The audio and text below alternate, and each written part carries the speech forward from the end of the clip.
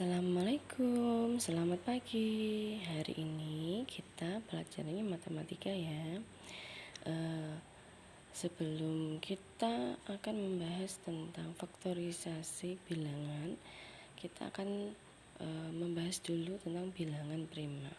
Apa itu bilangan prima? Bilangan prima adalah bilangan yang hanya habis dibagi angka 1 dan bilangan itu sendiri. Nah, maksudnya bagaimana? Maksudnya itu angka 1 dan bilangan itu sendiri. Nah, bilangan itu sendiri apa? Contoh 2.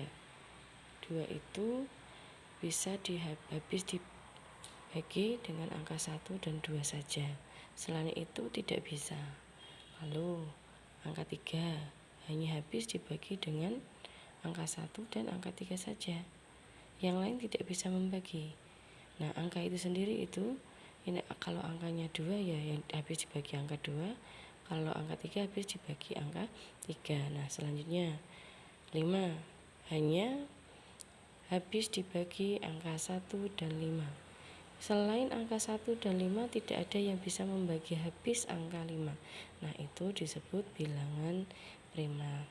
Contoh yang lain bilangan prima ada banyak ya, yaitu ada 2, 3, 5, 7, 11, 13, 17, 23. Nah, setelah kita mengetahui tentang bilangan prima, selanjutnya kita akan mengerjakan faktorisasi bilangan. Apa itu faktorisasi bilangan? Nah, langsung saja ke contohnya.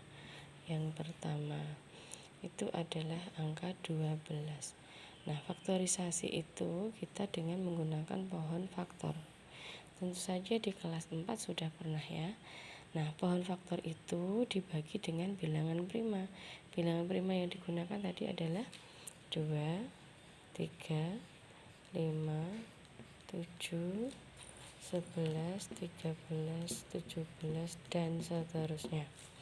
Nah, jika ini genap, maka kita gunakan angka genap. Angka genap di bilangan prima kan hanya ada angka 2 ini, yang lain ganjil semua. Nah, berarti kita bagi dengan angka 2. 12 dibagi 2 sama dengan 6. Lalu lanjut lagi, angka 6 ini adalah angka genap. Jadi dibagi 2 sama dengan 3. Selesai. Nah, 3 ini kenapa? Kenapa kok selesai? Nggak dibagi lagi angka 3? Jika ini sudah menjadi faktorisasi, lebih baik ditikan lalu kita beri tanda seperti ini. Nah, berarti yang kita tulis itu hanya angka yang dilingkari ini, yaitu sama dengan 2 kali 2, ini 2, lalu kalikan 2, kalikan 3. Selesai. Nah, biasanya di faktorisasi jika ada angka yang sama kita buat kuadrat ya. Contoh 2, ini angkanya 2, ada 2 berarti pangkatnya ya. Pangkatnya ada 2 kali 3. Nah, inilah yang disebut faktorisasi.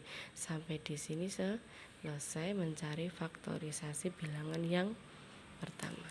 Contoh yang kedua, 15. Nah, ini adalah bilangan ganjil. Jika bilangan ganjil, kita mencari angka bilangan prima yang paling kecil dulu. 15 itu bisa dibagi angka 3, bisa dibagi angka 5, tapi yang digunakan angka 3 dulu, karena kita akan mencari yang menggunakan bilangan prima yang paling kecil dulu. Nah, ini dibagi 3 sama dengan 5. 5 ini sudah menjadi bilangan prima. Kita berhenti di sini lalu kita lingkari dan kita tulis faktorisasi 15 adalah 3 kali 5. Karena ini angkanya tidak ada yang sama, jadi jawabannya hanya seperti ini, tidak bisa dipangkatkan. Begitu ya. Soal yang terakhir, yang contoh soal yang ketiga. Nah, soal ketiga ini berapa ya? 21.